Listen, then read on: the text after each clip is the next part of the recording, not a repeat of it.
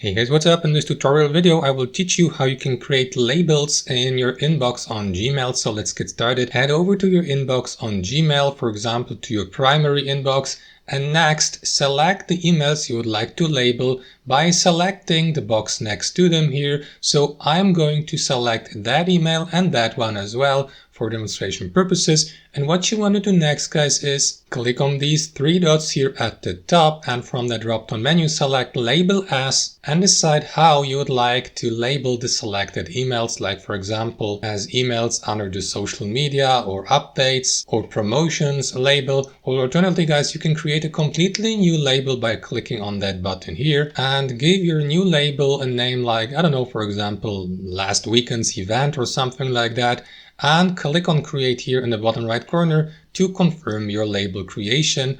There you go. As you can see, that new label has been added to your list of categories here on the left hand side of your inbox. You can create more labels by clicking on that plus icon here, or customize and edit your already created labels here down below. Select them with your left mouse, click on these three dots here to the right, and customize your label, like for example assign a label color, edit its name, add more emails to your label, or simply remove the entire label just like that. And that's basically it, guys. Thanks for watching and have a wonderful day.